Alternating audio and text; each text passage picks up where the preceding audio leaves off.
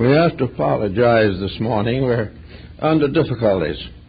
I have had a strep throat for the last week. So the lecture will continue until the voice goes out, and that will be the end for the morning. In the meantime, I'd like to also announce what I would normally announce at the end, not knowing when the end will arrive. Namely, that my wife is with the Veritat Foundation is meeting here this afternoon at 1:30 to play a videotape that she made in the Masonic Temple in Sabona last week, 10 days ago. So the public is invited. Now this morning we have a good subject. I'm sorry. I've asked to have the public address system as raised as much as possible. I hope you can hear. Have you been able to hear us up so far? Yes. One hand went up in the back. That one heard. Well, anyway, we have a very intriguing subject, one that has a tremendous foundation in comparative religion and in comparative philosophy. As we realize, the doctrine of reincarnation was not part of the equipment of the Western thinker in ancient times. It apparently originated in the Trans-Himavat in northern India and gradually drifted southward through most of Asia, finally into Egypt and Greece, and now into the Western Hemisphere. Actually, the doctrine of metempsychosis was comparatively recent in its Western acceptance. Up to the time of Homer, the Greeks had no sense of an afterlife.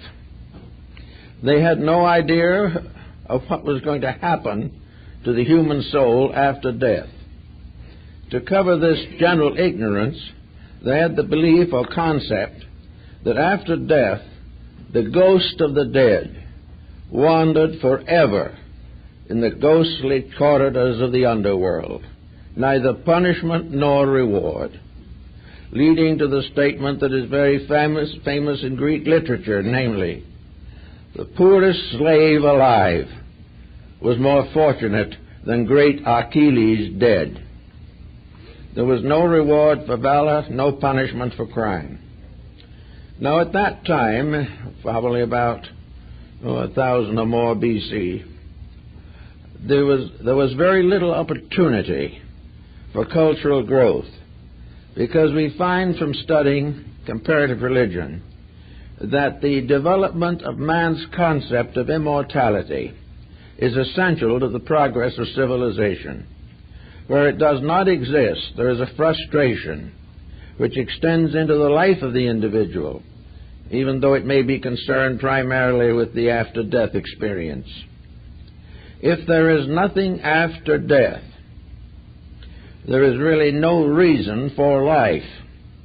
This puts the materialist at a great disadvantage.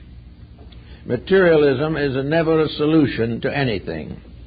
Reminded of two scientists standing beside the casket of one of their illustrious brothers who was lying waiting for the final interment. One says to the other, well, he's all dressed up, but he has no place to go. And this has been the frustration of materialism. No matter how wealthy a person becomes, how much power he attains, how popular he is, how deep an impression he may leave upon society, what does it all mean if it ends in nothing for him? He will not even be able to remember that he was fortunate or unfortunate. This may be a relief for few, but for the most is a great disillusionment. So until there was some concept of life after death, there was really no way of building a moral or ethical code of life. And Europe was comparatively late in coming into this realization. For Western Europe was still in a barbaric condition, probably still dwelling in caves, while the Chinese were writing libraries. The reason for this was that the flow of the cultural life moved northward from the Himavat, down across the plateaus of India, finally along caravan routes to every other part of Europe and Asia. And along the caravan routes with the merchants came the philosophies of the East. The first in the West to really take on the problem seriously was Pythagoras of Samos. Pythagoras visited India, studied there, and is known in India even now as the Ionian master. He received much of the esoteric lore of India, all that they felt could be imparted to a stranger. And among other ideas that he gained there was this ideal, or this principle, of personal immortality. Now, even in Greece, of course, after this revelation, which came about 600 BC, there was a division of opinion, just as there is here. And for a long time, this difference of opinion was never reconciled. In the beginning, the Greek culture was such that the Pythagoreans had to keep their knowledge of Eastern mysticism to themselves. They had to form secret assemblies for its perpetuation, for it was contrary then to the prevailing tempo of the time. So the doctrine of reincarnation, while it was taught by Pythagoras, was carefully veiled and not generally acknowledged to the average person. At the time of Plato, of course, he places into the mouth of Socrates the concepts that motivated this great Athenian as he drank the hemlock to die in Athens. Socrates was not executed for a crime. He was executed because he refused to pay a small fine by admitting that he was guilty of anything. So he chose death to paying the fine. And while his disciples were gathered about him, he said, "Don't worry too much. I'm really getting the better part of the deal. I, the convicted, am going to leave here very shortly now. But those who convicted me must suffer with material existence for a number of years to come." In other words, Socrates felt that he was out of a bad bargain. At that time also, he said, there is only two possible answers to life after death.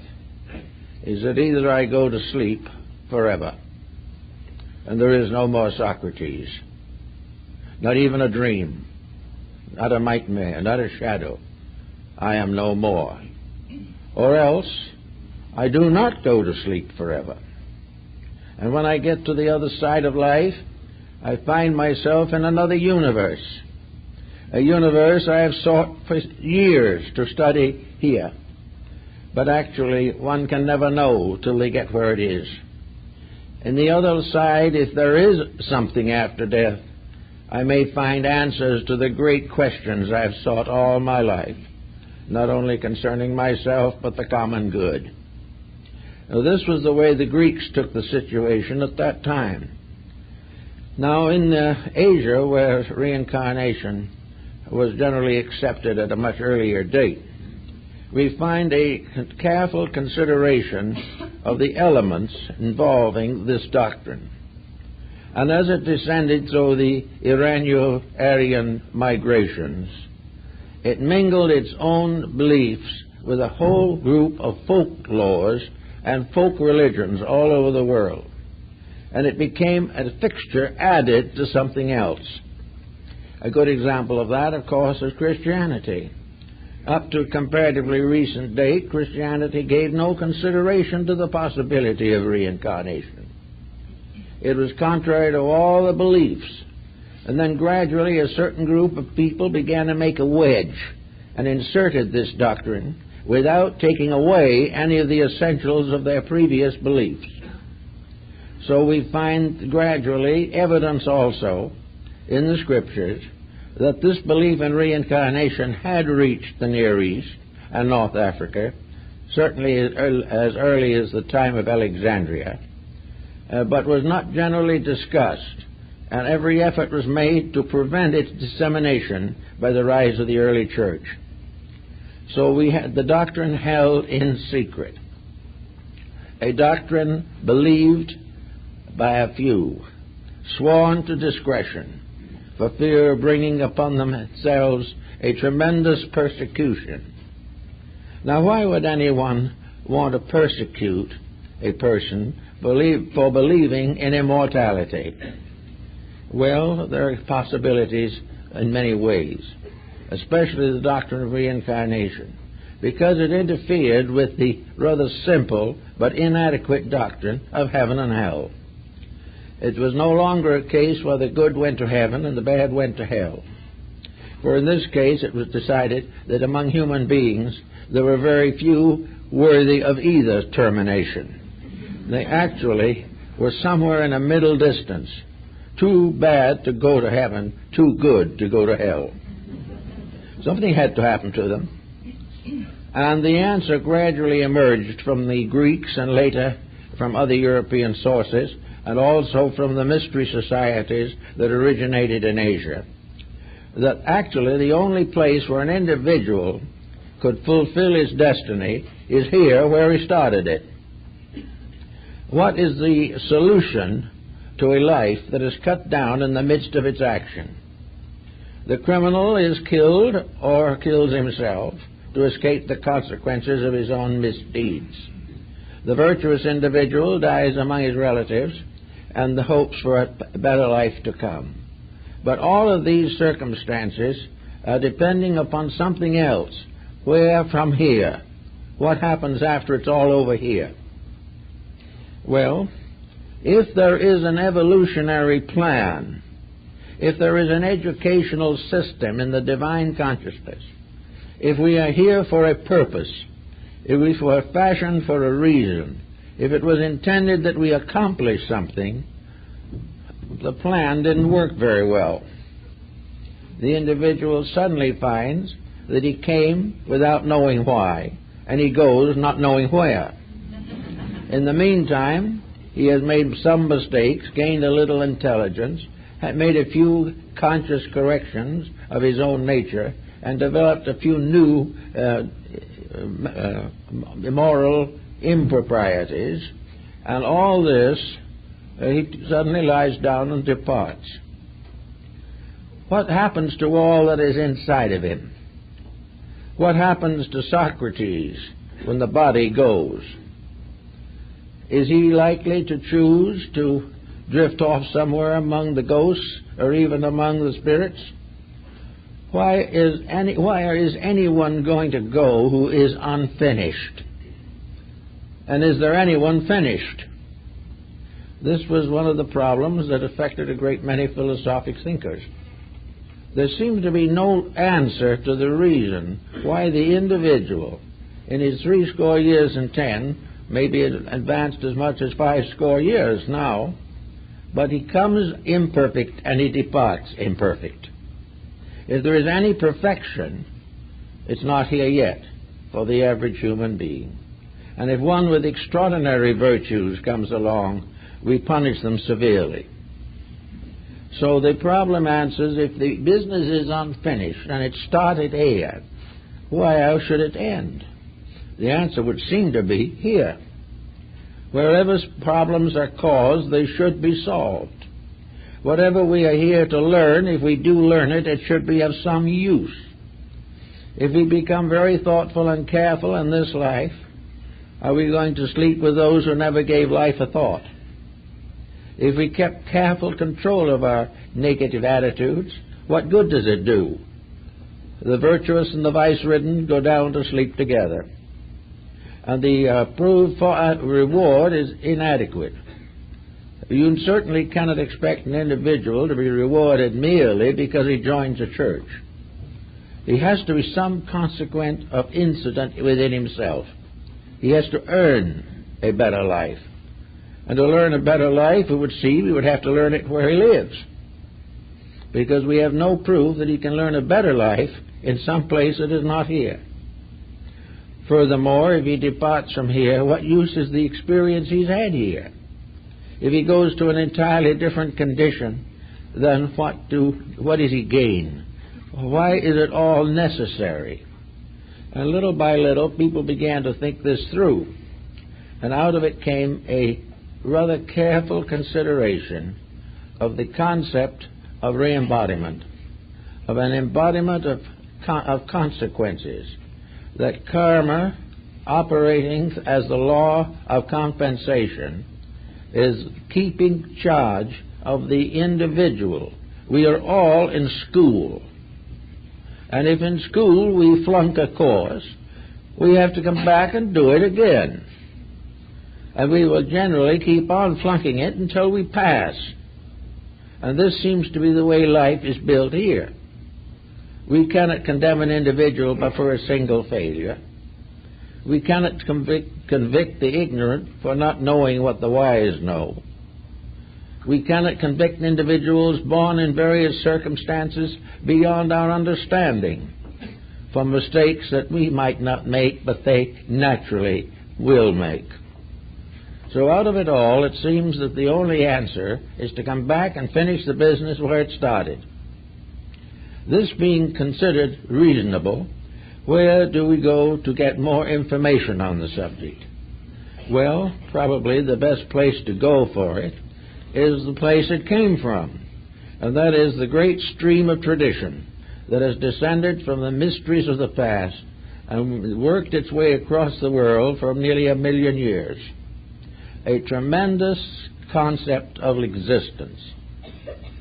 Now, this mainstream, of course, had to mingle with all the local folklore, folk religions, local beliefs, the magic and taboos of primitive peoples, the speculations of sophisticates. All these had to be included among those who needed this doctrine. And so the processes of filtrating it into the life of modern man has been, for the most part, benevolent and successful. So it comes to the more immediate moral consequence. The individual today, we all know, is a compound creature. He consists not only of a body, but of a mind, a soul, a consciousness, a spirit. There is something inside of him that is more than the body. Now, when that something inside of the individual departs therefrom, we have no reason to assume that life dies because the body does. We know that there are various circumstances that moderate bodily survival.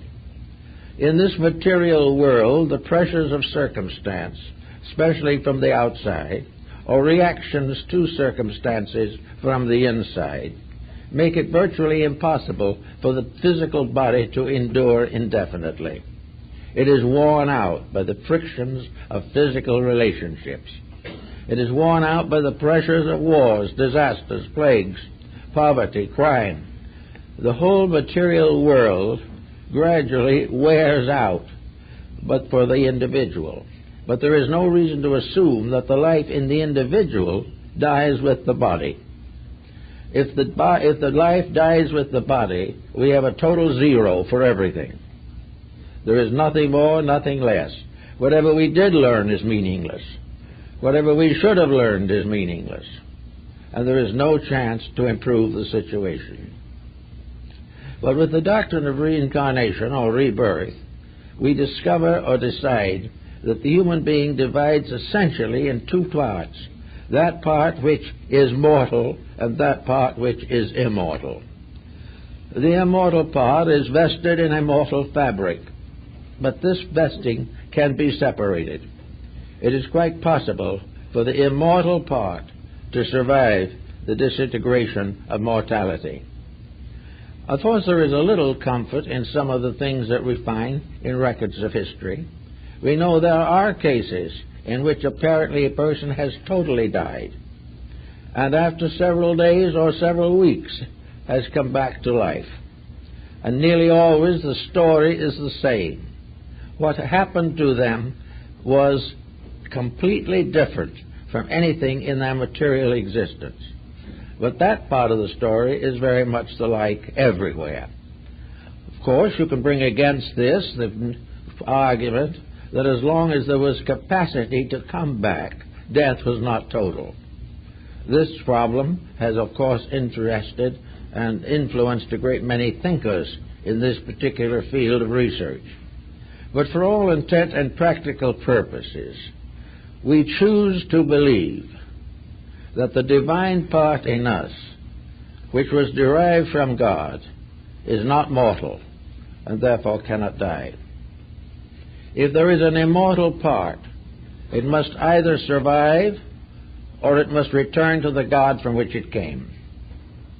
The individual cannot, with a clear conscience, assume that the spiritual values, the divine principles that exist in nature and in himself cease utterly, and that the labor of creating a human being, the most elaborate structure nature has ever been able to create among mortal things, that this is to be disintegrated after a relatively short time, and not a vestige remains. It seems therefore wiser to assume, as it has been assumed in Asia and in Egypt and in many parts of Europe, that there are two bodies also. And in this we come very close to the philosophy of Emerson and Thoreau. Emerson was quite aware of the fact that there has to be two kinds of bodies. One is a body of mortality. That is the body that goes with death. It includes the physical nervous system, the vital body, certain parts of the emotional nature, and the lower mind. When this is stripped off, however, the reality is not affected in any way. With the death of the body, the reality in man never dies. That which survives, then, retires into a subjective state. Now, the condition of this subjective state and its locale these have been considered in many ways by different people. The tendency, however, today is to believe that survival is by the individual retiring into the eternal part of himself, from which he cannot die. Therefore, instead of thinking of him primarily as going someplace outside, thinking of having another stellar summerland where he can drift around while he is out of the body, the wisest of thinkers in these directions assume that he retires into himself. And as he retires into himself and leaves the body behind, he finds that he is retiring into something infinitely greater than the body that he left behind. That here within himself are all the principles, all the causes, all the elements that explain his mortality. Here are the sources of every impulse, every attitude. Here also is a great building plan, a spiritual architecture, by means of which the divine Creator molds the inner life of the individual by a series of sequent embodiments. So if we wish to assume for the moment that we are not going to cause an overflowing of the conditions in the afterlife, we are not going to suddenly find ourselves in a condition that is going to be worse than 47th Street and 5th Avenue in New York. We are not going to be part of an ever-increasing mass of the dead. We are not going to go on forever, increasing the numbers on the other side. Because the other side, as we begin to investigate more deeply, is the inner side. The side that, strangely enough, unfolds into a universe almost as great as space itself. The inner life of the individual is infinitely greater, infinitely more important than the physical life. But in this inner life, there are experience problems. The inner life is growing through the outer. It is growing in the sense it is transforming potentials into potencies. It is transforming the ideas of reality into the exact acts of reality. Therefore, Lord Bacon summarized this process as one of the four great keys. In other words, experience. Experience is the proof of all things. Experience in science is called experiment, and in man's inner life it is called growth. So man, in his search for realities, retiring into his own nature, discovers to his amazement that he is the captain of his own soul. He has the power to make the decisions that are important. He has debts to pay that he must pay. He has new plans to make that he will make.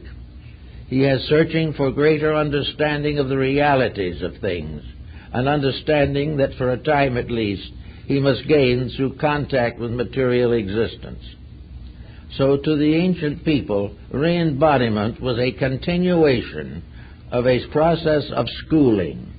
It was the individual gradually coming to master the manifestations of his own nature. He was here to grow, and growth is simply the release of the inside. Growth is not the result of eating more. Growth is the result of becoming more through the development of inner life. And spiritual integrities and many symbols represent the wonderful elixir of life, the universal medicine, by which finally all the restrictions, limitations, and imperfections of human nature are reconciled. So if we are the master of our own soul, and if we are not, who is responsible for us? Are we to assume that God is responsible for our mistakes? Are we to assume that we were born imperfect by a divine edict?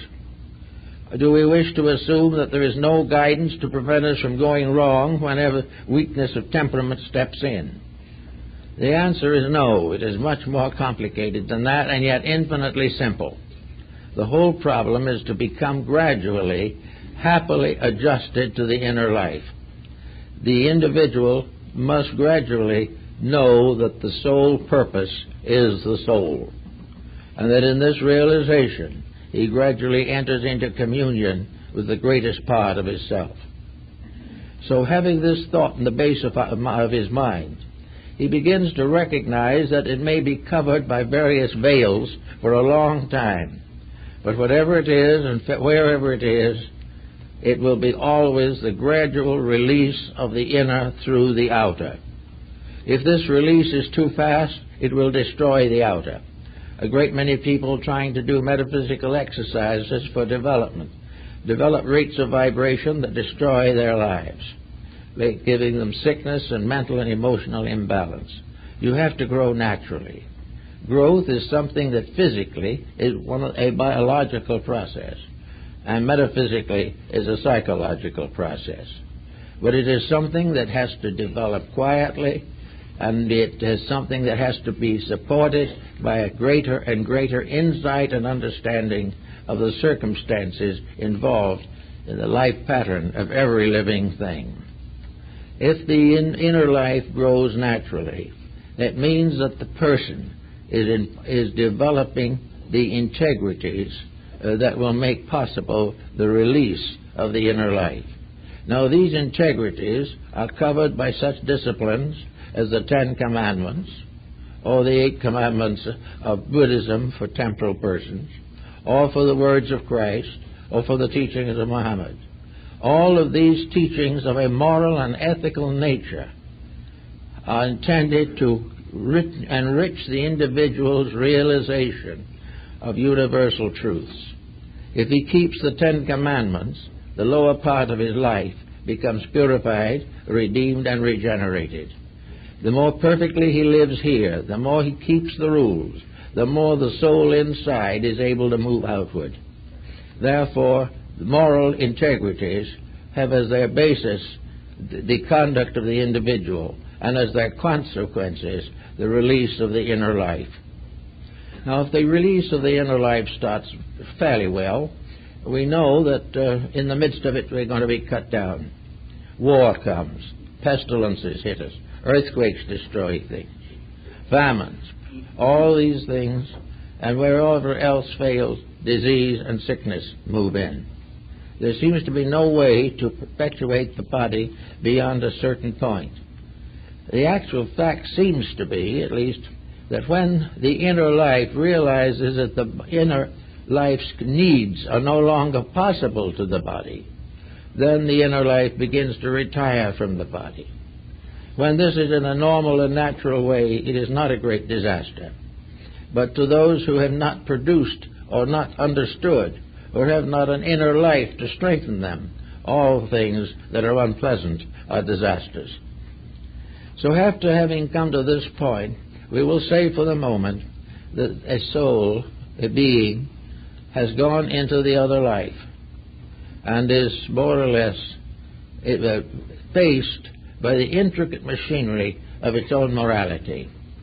The individual begins to understand the relationship between a divine reality and a human unreality. The entity begins to realize a little bit of why it was born in the body it has just left behind.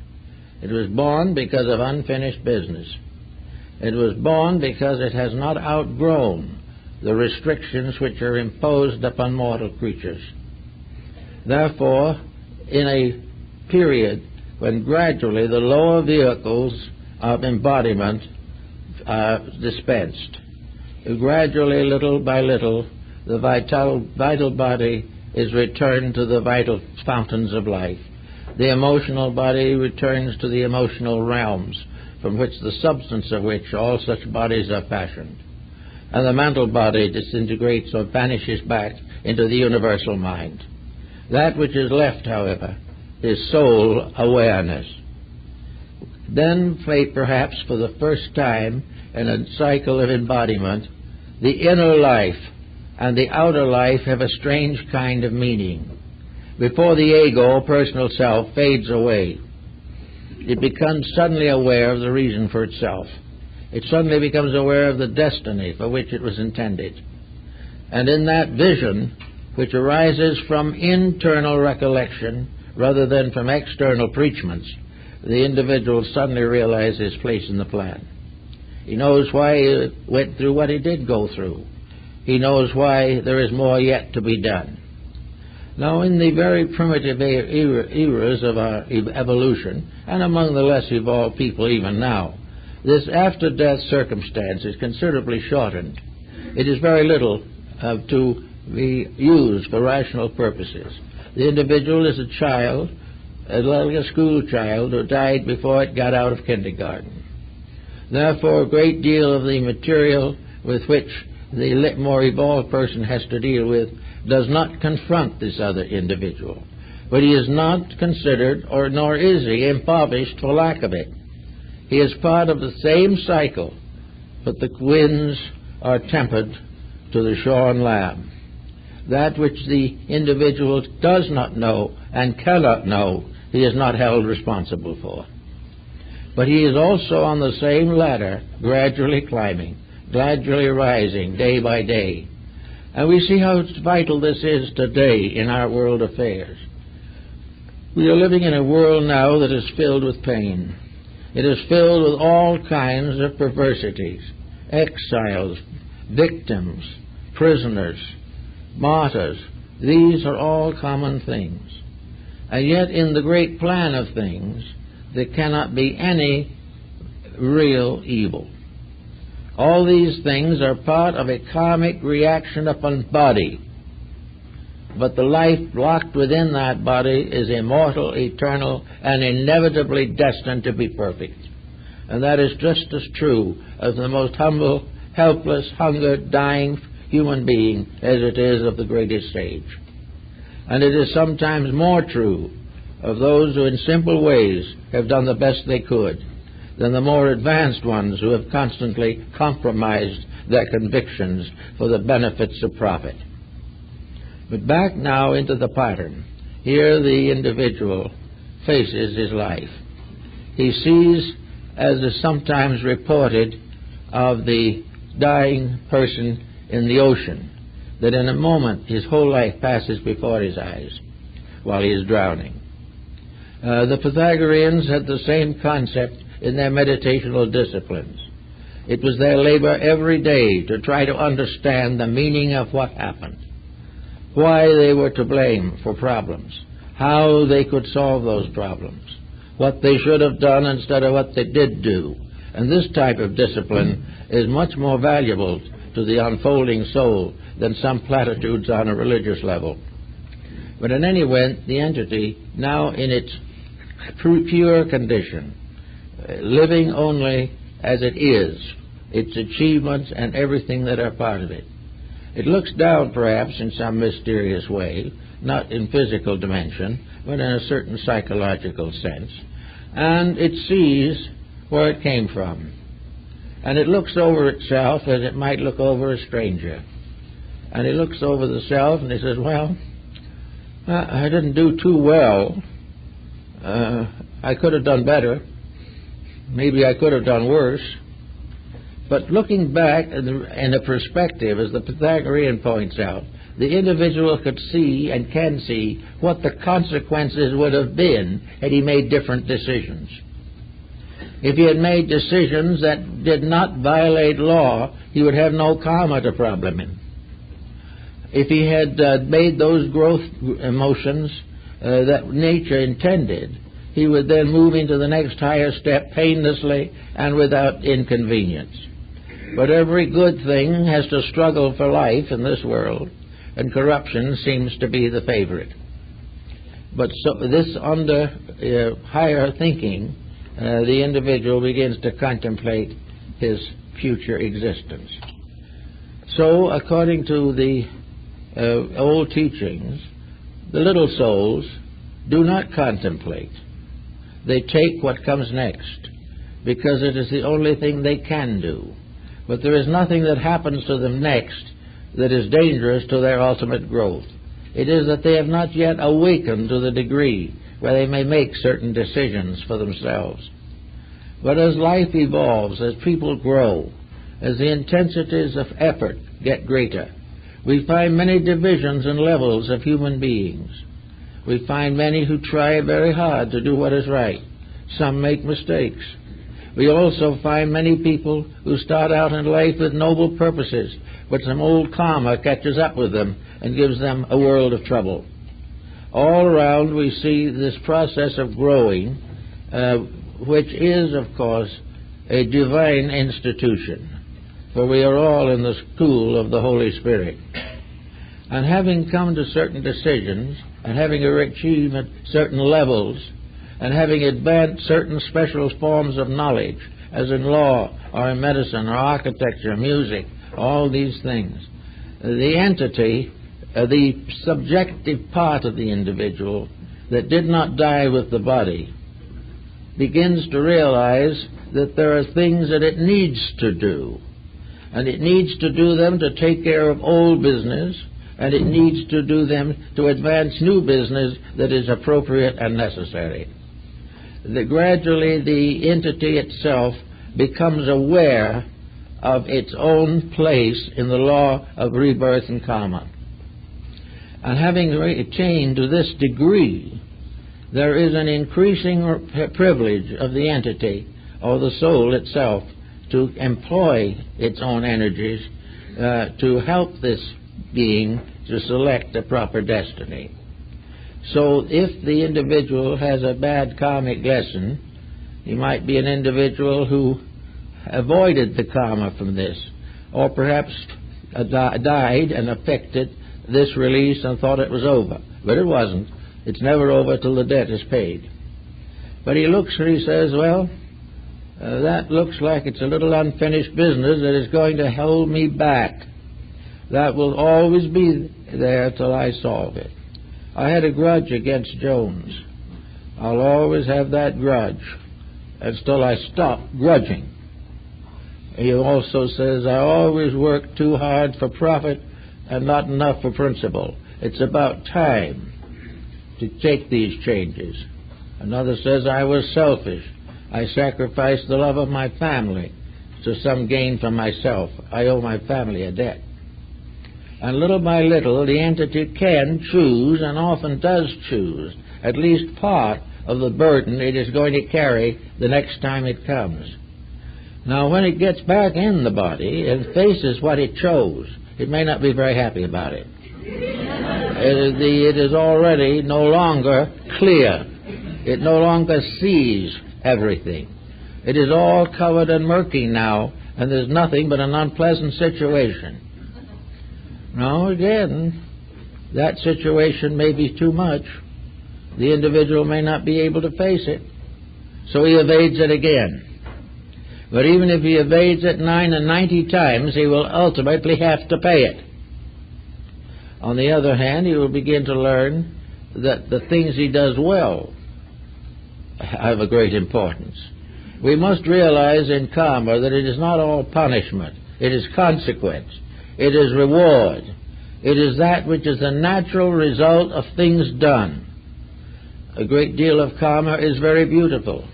We all have wonderful experiences which are the result of having earned them. Salvation must be earned. The Arabian Nights says happiness must be earned. In everything in life, the good must be earned. And we are always earning. But if we earn good, we are happy. If we earn evil, we are punished. But in every case, the earning is equal by what is earned. So if we have the right to say, we can say, well, I did pretty well in that last life, and looking back over half a dozen more, I did fairly well. Well, I was respectable, but there were things that I never could see straight. And one of these, and they all caused me to break up my home without realizing what I was doing. I thought I was right, but from this larger perspective, I see that I wasn't right. Well, I guess I'd better put another home on my list and try this time to do it right.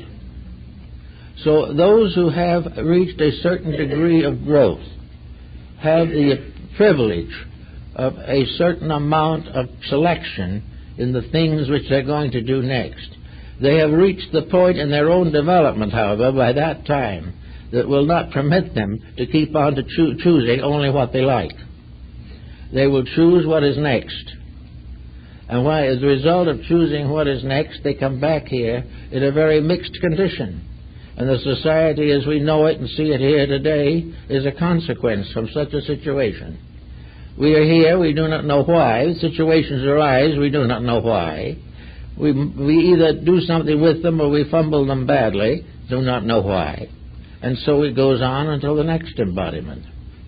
But it is all in the end going to result in an individual who has become capable of universal experience, who has become capable of universal wisdom, and under so conditions becomes gradually and inevitably one of the great teachers of humanity, and also later it becomes the foundation of new worlds that we know nothing of.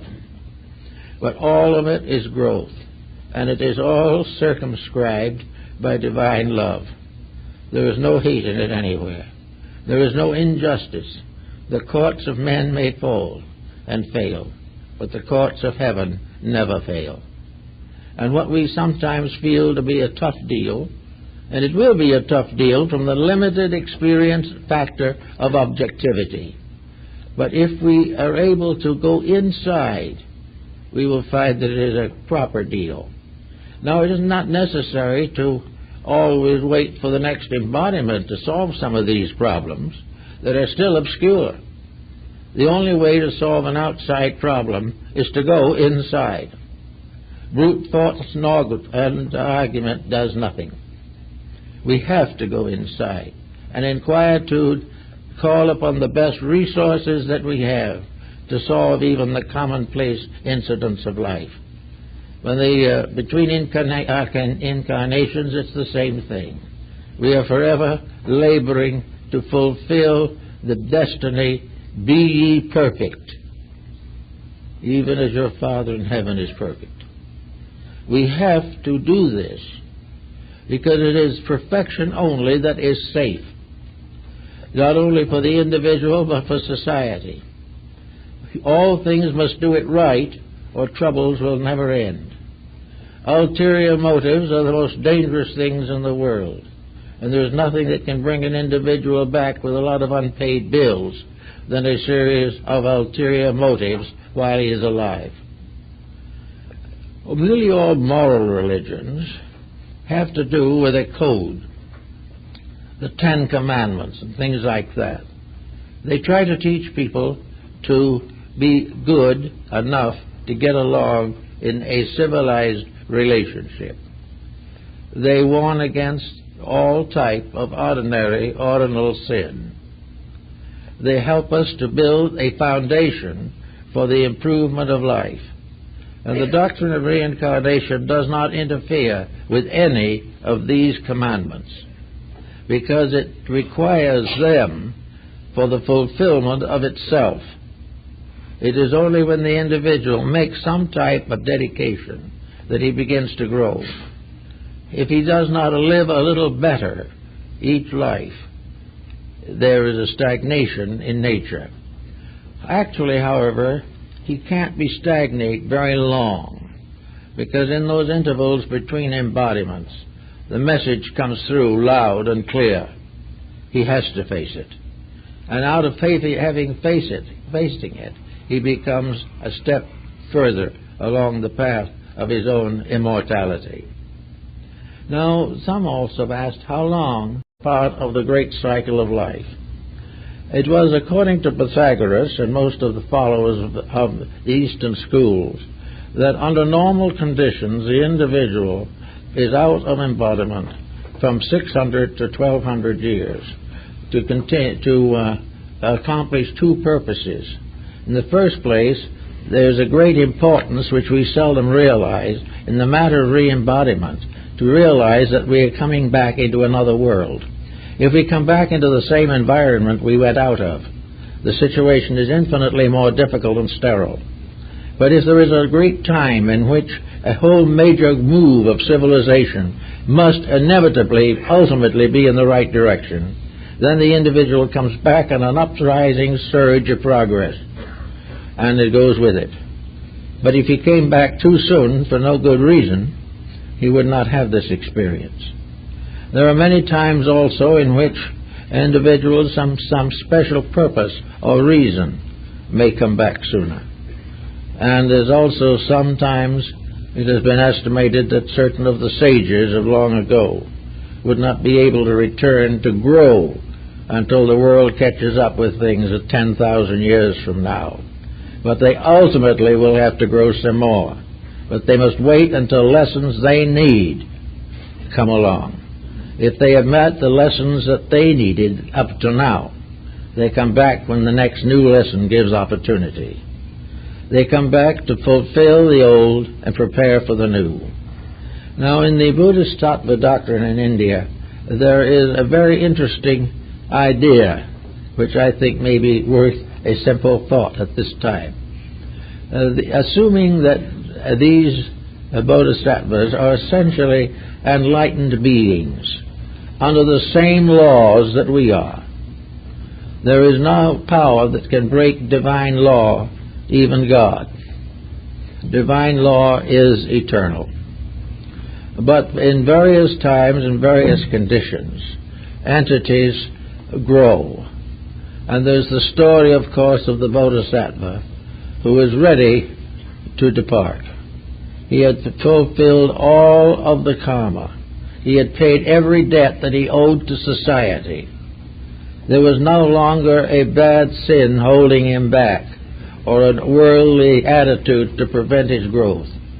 And so, according to the legend, he stood on the edge of a great cliff that led out into the nirvana, the infinite, which, however, is not eternal. Nirvana is a state relating to growth within this world pattern.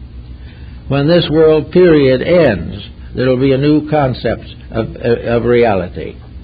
But anyway, this particular being, standing there, is supposed to have heard the cry of the dying bird, and as a result of that, a great mercifulness came over the being, and it took the vow that it would never go on and make that last final adjustment until it could take with it every other living creature.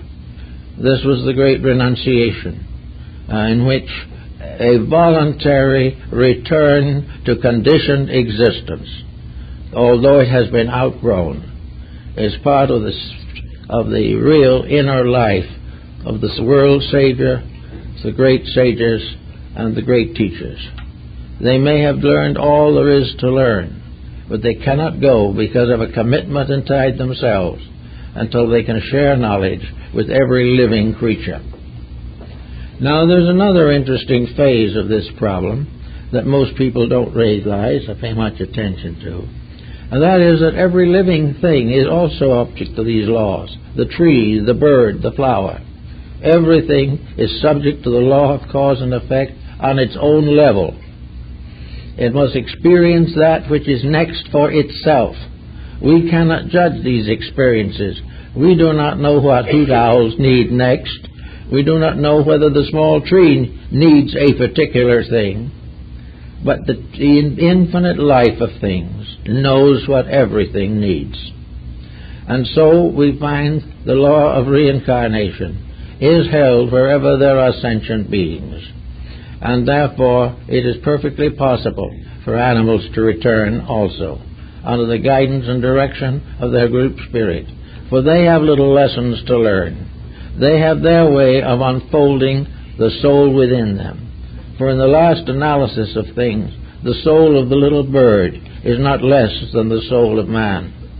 All these things are growing under law, and that law is eternal love. But discipline is the only way in which that law can operate and can bring all things to the fulfillment of themselves. I don't think there is any virtue whatsoever in the individual trying to prepare in this world for reincarnation in the next. What he should do is not try to build a dream or a hope or meditate on or listen to something about a better future. We have to face two simple facts. The good future depends upon a good past. It depends upon solving the causes of a bad future. We know in ordinary court that dishonesty is usually punished, but we always hope that moral dishonesty won't be noticed. We also sometimes take refuge in atheism, which of course is the very, very large problem of destroying everything in order to get rid of our own limitations. Whereas it is perfectly possible for us to grow and unfold and perfect all of these things. And so all creatures have this particular propensity. They come back, they learn their own curious little lessons. The baby rabbit learns from its mother. There are no words. It must watch, be ever mindful.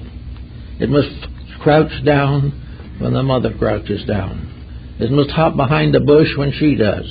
These are the laws of survival in that world. But it is learning. And everything that lives is learning. It is learning to love, it's learning to fear. But gradually all this learning results in the evolution of these creatures until they become much more and much greater beings than they were before. Now we might also take a moment to consider something. What about the end of all of this? We've decided that we are able to gradually come into complete adjustment with that part of ourselves which comes down into embodiment, the incarnating ego. We expect that the soul power coming through the ego will finally fulfill the need of a virtuous life. The dedications will grow, and finally, little by little, the small debts of existence will be paid. Now, what does this all mean in terms of the future? Suppose we get all these debts paid. What then? Well, there's all kinds of answers. The brief one, of course, is, in theology, that if we get everything right and everything is correct, then we go to heaven. But this is a little dim also. And there's not too much enthusiasm generated by this thought. We would almost certainly exchange this prospect for a few more years of comfortable existence in this world. But in the philosophy of things, there's a very interesting thing. Because now we come into what you might call astrotheology. Here we come into the great systems of the cosmos. The systems in which the whole universe and hundreds of other universes and great galaxies and solar systems and all kinds of phenomena in the universe which we cannot see, but which was intuitively believed by some of the earlier scientists, such as Pythagoras and Ptolemy of Alexandria. We live in a universe that is one vast organism, one tremendous power, one great entity, and one of the, even beyond that, on beyond comprehension. We cannot go that far. But we are part of something that grows. We are a little bit reminded of the idea of the old businessman who trained his son to come after him in the business. And this is the same type of thing. We are all in training to take over our part of a bigger business. We are all here so that we can become powers in the unfoldment of greater systems of life. This little solar system, Mark Twain called it the wart. But this little solar system is just something out on the edge of the great universal system. One hardly noticeable. But here in the invisible life of the planet, it is making its part in its own growth. This planet will someday be a sun. And when it comes to this degree, it will have its own planets. And all those beings that grew up in it when it was an earth will go on, become parts of something more noble, more beautiful, more wonderful. But there will always be learning, there will always be living, and there will always be loving. These are the great keys of eternity. And we may go through vast galaxies, through huge complexes of solar systems, until finally we might say we come to the actual throne of the eternal. When we get there, we will know. Until then, we will not. But in every bit of growth, we're not just growing to get into this world and out, nor are we growing just to get a better adjustment in this world. We are growing to attain our citizenship in creation, our citizenship in the great plan of things. And everyone is a citizen. We may go to jail a few times en route, but we will all be citizens in good standing. But nature will never let us rest until we are. So we might as well get used to the idea as soon as possible. And so we are all part of this great unfolding mystery. And according to the Oriental thinkers, someday each of us will be a solar system, or more. We are now. We just don't know it. There are more parts in us now, more living things in us than on the planet. Millions of living things depend upon us to survive. And when we get mad, millions die of plague within our own flesh. We are growing up also as custodians of life. And wherever we make a false move intentionally, we have to pay. That false move is not going to be fatal. No one is going to be lost. There is no lost souls. There are only a few that are delayed a little longer than others because of the things that they do and the way they live, the way they think. But in the end, somewhere beyond is a tremendous blast of glory. Jacob Boehme, the German mystic, in two visions, had the experience of suddenly seeing the cosmos open. It was something so utterly unbelievable that he could hardly breathe. He never could describe it, any more than he could put down its details. But it was a tremendous, infinite reality from which we are locked by the restrictions of our sensory perceptions and the deficiencies of our integrities. But out there is where we're all going, because none of us can die. We can have all kinds of false attitudes on the subject. We can believe anything we want to. But the truth is, we are all eternal. Having come out as sparks from an infinite flame, we go on forever. And gradually, as we go, we create worlds. We create new orders of life. Here in this little world, we have inventors. We have artists. We have those who work for all kinds of constructive enterprises. And we have an educational system that is a shadow, a very faint shadow of the reality. This educational system starts us out in kindergarten. And I think we're going to have a major improvement any moment now, because we're going to have 2 years in kindergarten instead of 1, according to the new educational structure. But in the kindergarten, where a great many still are, we have the beginning of an education. And what is that purpose of that education? That we can learn to read and write. That we can gradually come to the point where we can become independent living creatures. Take care of ourselves, accept responsibilities, and contribute to the common good. So we finally graduate cum laude from kindergarten and go into the grade schools.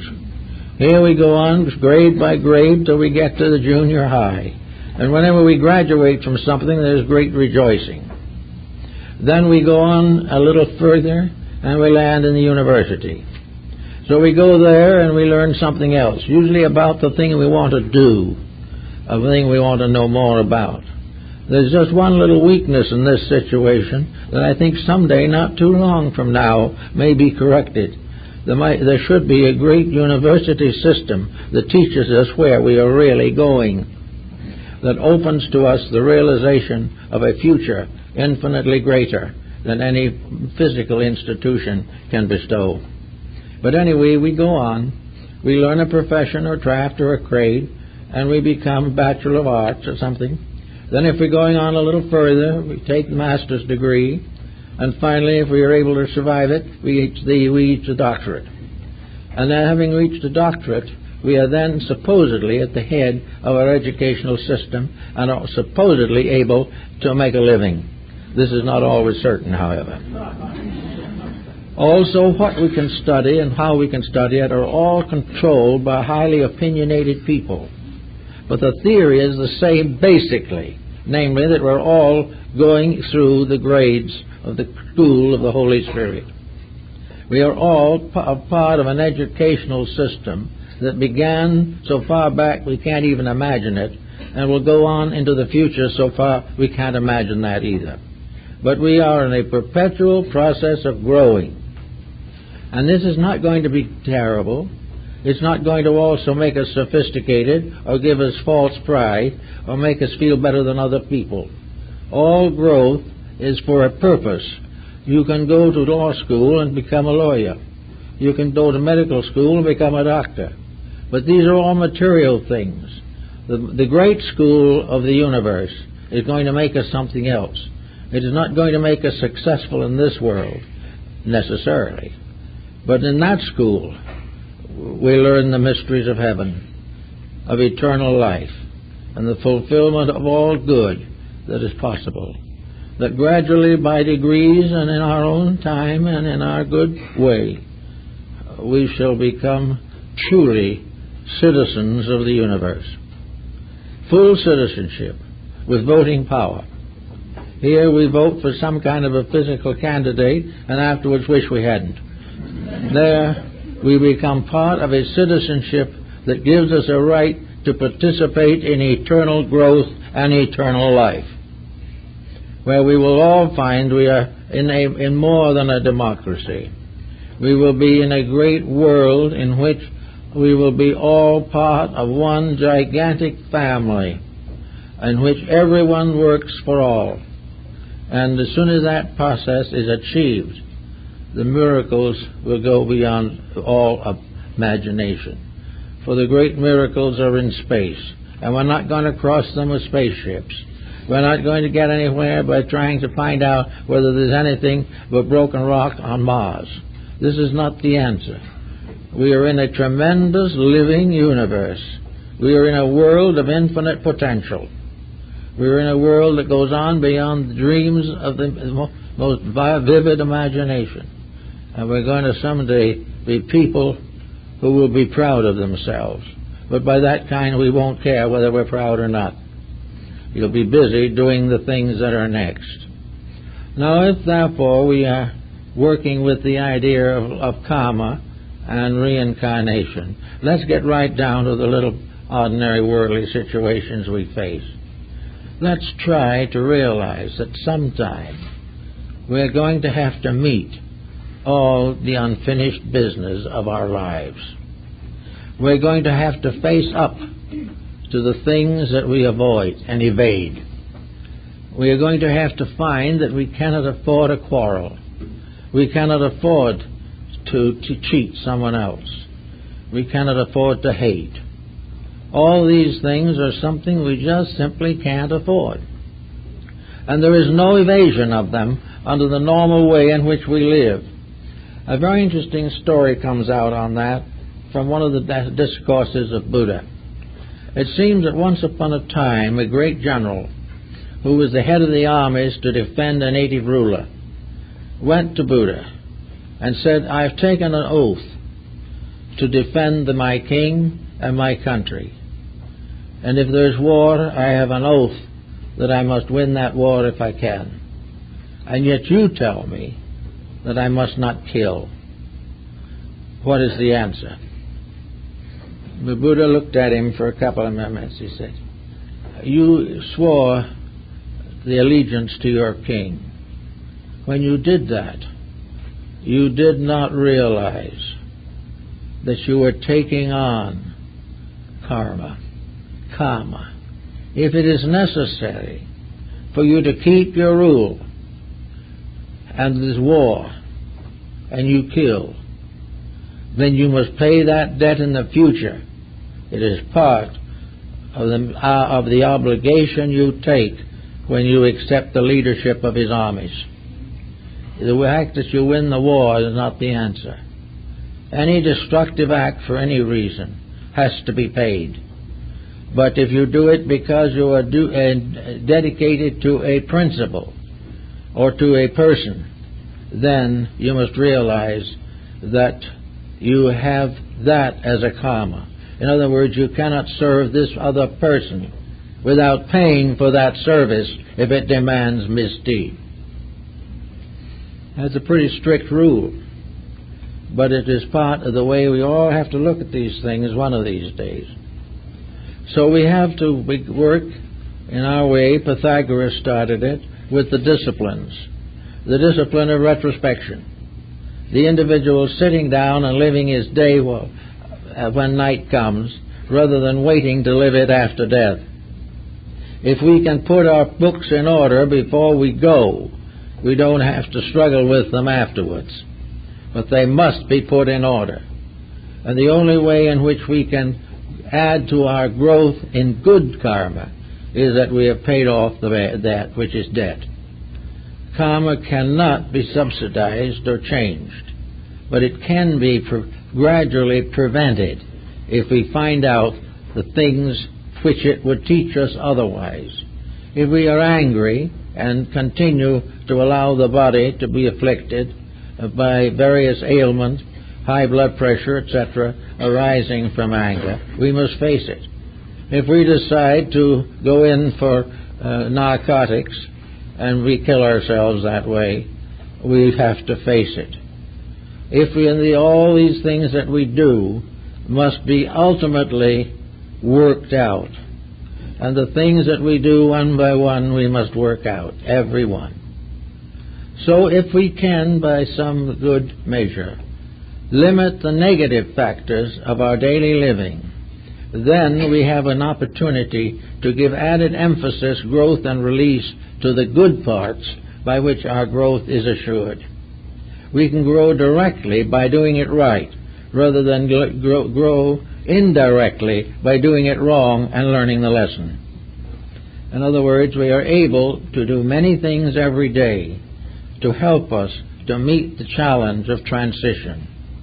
If we do this, we find gradually that our condition is markedly improved. Pythagoras was able to help his disciples to weed out all kinds of little inconsistencies, little absurdities of action and conduct, little ulterior motives that crept in.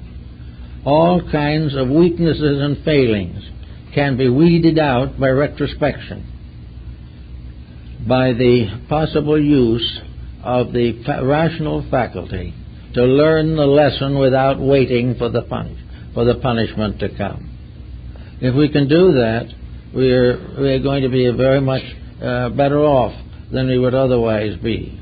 because we will be growing every day of our lives. Also, there are other things to bear in mind as we go along, and that is the possibility of adding daily to good karma. We make mistakes, and every day we add a little to the negative side.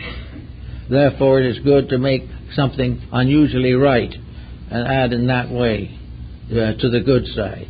Every good deed is a mysterious power to carry us further on the great growth problems of life. So we better do it if we possibly can. Now also there's the eternal uncertainty that affects us all, and that has to do with whether or not there is such a thing as evil. Paracelsus was not likely to affirm it. To him, evil was like a miracle. A miracle is simply a manifestation of universal law. Evil is a manifestation of universal law. There is no devil. The devil is not there at all. Devil is that which hurts when we do it wrong. Some little boys was talking one day, and one had come out of Sunday school. He said to the other, "Do you believe in the devil?" The other, who was 2 years older and therefore much more sophisticated, replied, "No, I don't. The devil is like Santa Claus. It's your father." Well, that's the way it is anyway. But there is no such a thing as a spirit of evil. Goethe tells us that when he introduces us to Mephisto, part of the power that still works for good while ever scheming ill. In other words, the temptation is something created to be resisted, but most people prefer to let it happen. And so we find all kinds of side lights from ancient religions and philosophies trying to dramatize the various phases, and reincarnation hitting different nations at different times in history, and all kinds of folklore and folk legendary takes on a variety of colorings, but an essential principle that is always the same. It is that part of the great journey. In the mystery systems, the great journey was from here to there. And Plotinus, who was one of the greatest of the Neoplatonic mystics, pointed out that the great journey is of the lonely to that which is alone. And we are all moving towards something bigger. And in order to do that, we cannot carry all the ballast of our previous mistakes with us. We have to grow. And we're here to grow, and it can be a very pleasant thing. And if it isn't pleasant enough, I think you may well wait, because things are going to change a wee bit. Nature's plan is not going to change because we mess things up. The various situations we are getting ourselves into economically also has a karma. Our judgments have karma. Our banks have karmas. Our business organizations have them. Karmas are not limited entirely to living things. They are limited also to include policies, patterns, purposes, judgments, intentions, and everything which qualifies life. Anything through the action of which brings sorrow, pain, or suffering will have to pay for it. And a system that is corrupt will have to pay for it. Nothing really win in the long analysis. Nothing can actually become the fullness of itself until step by step it returns to integrity. And this is the integrity we all must have. So reincarnation can apply to almost any situation that arises. Wherever there is intemperance, there is retribution. Wherever there is unfortunate policy, there is consequence. All the wars and dissensions and problems of today are karmic and are making more karma. They will have to keep on going through these cycles until we realize that we live in a universe which will never accept from us anything except integrity. Everything else will be penalized. And the longer we delay and the greater the mistakes, the more difficult the penalties will be. But no penalty will destroy us. No penalty can affect the individual who doesn't deserve it. And the penalty itself must be paid, but it will never cost the life. The individual will always win in the long run. But in some cases, we are beginning to realize that the run is too long. So we have to build new governments, new laws, new ways of life, nearer not only to our heart's desire, but nearer to the divine purpose. If we do these things wisely and lovingly, we will realize that rebirth is a great, wonderful possibility. It is the law that makes all things grow to the fulfillment of themselves. And it is also the absolute promise of absolute and ultimate immortality for everything, including the small bug in the sunbeam. It is all part of eternal life, eternally unfolding. And with those thoughts, I think we all can kind of fit into the idea of reincarnation, regardless of our other religious affiliations. Thank you.